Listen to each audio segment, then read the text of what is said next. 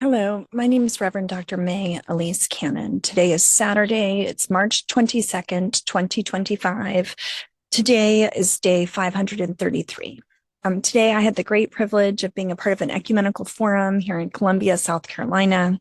I'm at the University of South Carolina with His Eminence Cardinal Pierre, the Nuncio of Washington, D.C., for the Holy See.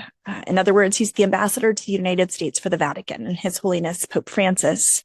And also His Eminence Elpidophoros, who is the head of the Greek Archdiocese of North America. The event was hosted by the university here and the archons of the Greek Orthodox Church. It was a gift to have a robust forum, 4 hours or so, on religious freedom and what divides and unites the Christian church in the US and around the world.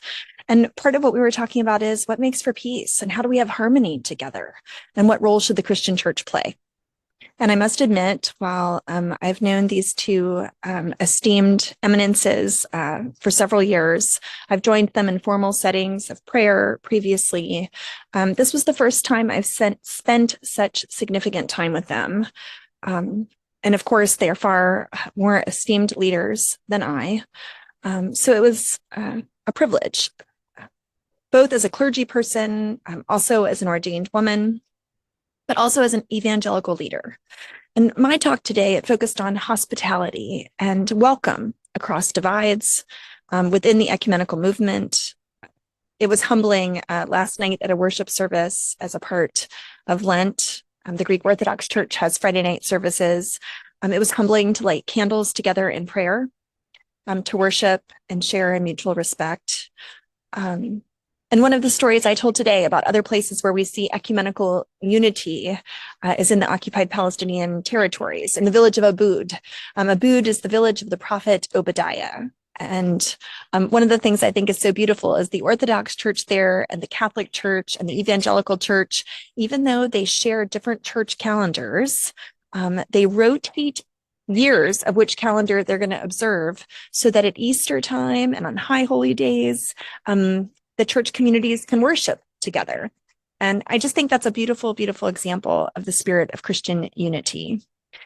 I also talked about how in order to have unity and pursue peace, we have to be willing to face the truth about the darkness that's happening in the world and in the Middle East. And that in order to be able to do so and to live into the verses that we read about in John 1:5 that say the light shines in the darkness and the darkness has not overcome it, that we have to be willing to talk about what the darkness is. And I'll share more about what I talked about and what happened tomorrow on Sunday, but I wanted to share that with you today before giving you news from the Middle East. But might this motivate us in our prayers? And I share these daily updates and have done so every day for 533 days as a way of defining what's happening and seeking the truth together, trying to understand the darkness and the realities of the Middle East so that we could learn together, grow together, seek ways to pursue peace, a way forward that might recognize the humanity in all of us. Israelis, Palestinians, Syrians, Lebanese, while not compromising on seeking to bring an end to injustice, human rights abuses, advocating for the security and human rights and equality of all, and especially seeking the end of violence and death and the atrocities that are occurring each and every day. So what's happening today in Lebanon? Israel carried out dozens of air and artillery strikes across South Lebanon today. This was the most serious, intense aerial assault on Lebanon in the last 4 months. This is endangering a truce that is currently existing. It's quite shaky in the year-long conflict that's existed against Hezbollah.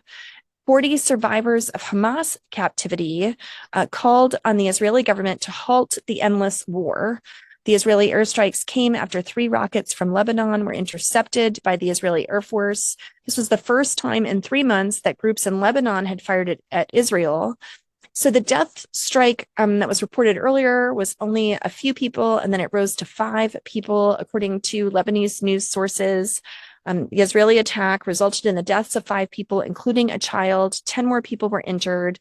And then an additional person was killed in an Israeli attack on Tyre. Hezbollah denied any involvement and stressed its commitment to the ceasefire, and it said that Israeli claims were behind the strikes and used as a pretext for continued attacks on Lebanon. Now, it's important to note that there are Palestinian factions that are operating as in addition to other armed groups in South Lebanon, and several of those are not under the command of Hezbollah. Both the Israeli military and the Lebanese Ministry of Defense said it's investigating who could have fired the rockets. In Gaza, in the besieged Gaza Strip, which has gone without access to humanitarian assistance and aid now for roughly 2 weeks. 5 children were killed in a major overnight air attack on Gaza City, and at least 8 members of the family remain trapped under the rubble as Israeli air attacks are continuing. Israeli attacks across the Strip in the last 48 hours have killed at least 130 Palestinians. So the death toll now in Gaza, the official number is 49,747 Palestinians killed. Those wounded is 113,213 people wounded. And the media office has said the death toll is more like 61,700 because there are still thousands of Palestinians presumed dead, missing under the rubble. Now, in Israel, families of captives are calling people to take to the streets. They're calling on the public today to protest in the streets. Yehuda Cohen is the father of a captive Nimrod, and he encouraged Israelis to take to the streets, saying the situation's an emergency, that the prime minister is killing the hostages and destroying the country. Yafat Calderon, who's the cousin of Ofer, who was released from Hamas captivity, was quoted in the Israeli news saying that Netanyahu is cunningly conducting a misinformation campaign and influencing the American government as well. The Israeli military has said that it launched more than 200 strikes across the entire Middle East region, saying that it struck Gaza, Lebanon, and Syria just since last night. Friends, I'm not only afraid for the people that we know and care about in Gaza, who I have not heard from in the last couple of days, Palestine, in the West Bank, in Lebanon, and Syria. I fear for all of them, and also in Israel. This seems to be a death mission. What is the Netanyahu government thinking, and where could this lead? Someone today, after my talk, came up to me and they said, "Do you believe in just war?" And I just thought it might be helpful for me to give my response. I'm not a pacifist. I mean, I lead a nonviolent peace-building organization that believes we should pursue nonviolence at all means. I believe that wholeheartedly. But like Dietrich Bonhoeffer during World War II, I believe that sometimes under the most extreme of circumstances, intervention is necessary. Bonhoeffer was a pacifist who later became an interventionist. In terms of just war theory, I don't believe we ever apply it adequately. The criteria for just war are just never pursued. And we often use excuses just to go to war. I think we're a war-mongering world.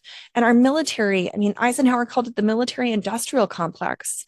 You know, I wrote a chapter about what's called just peacemaking in a book called The Spirituality of the Sent. And just peacemaking and just peace building, it demands that every mechanism other than violence be pursued at all costs before any type of violence might be considered. And the man I was talking to today said, but don't you think that Israel has the right, after Palestinians keep attacking them and attacking them, don't you think that Israel, has a right to respond? And he was referring to attacking Gaza. And this led to a conversation about the history and how I was talking to him about Gaza. The majority are children. They didn't vote for Hamas. They didn't perpetuate the crimes of October 7th. And what I really want people in the United States to understand, and what you're asking for, is for Israel and for Israelis to have the right to self-determination and the right to defend themselves, and for Palestinians not to. And that's, just even in terms of equality and justice, that the way that Israelis are viewed is not equal to the way that Palestinians are viewed. People of Gaza are not Hamas. The Palestinian people have been living without self-determination since 1967, living under military control and occupation. And I'm not even beginning to talk about the injustices.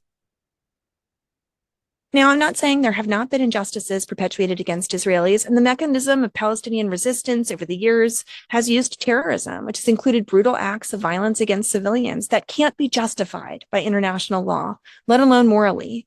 And I absolutely believe that Jews do have the right to feel secure and protected and safe, but not at the cost of annihilating a people group, not at the cost of ethnic cleansing.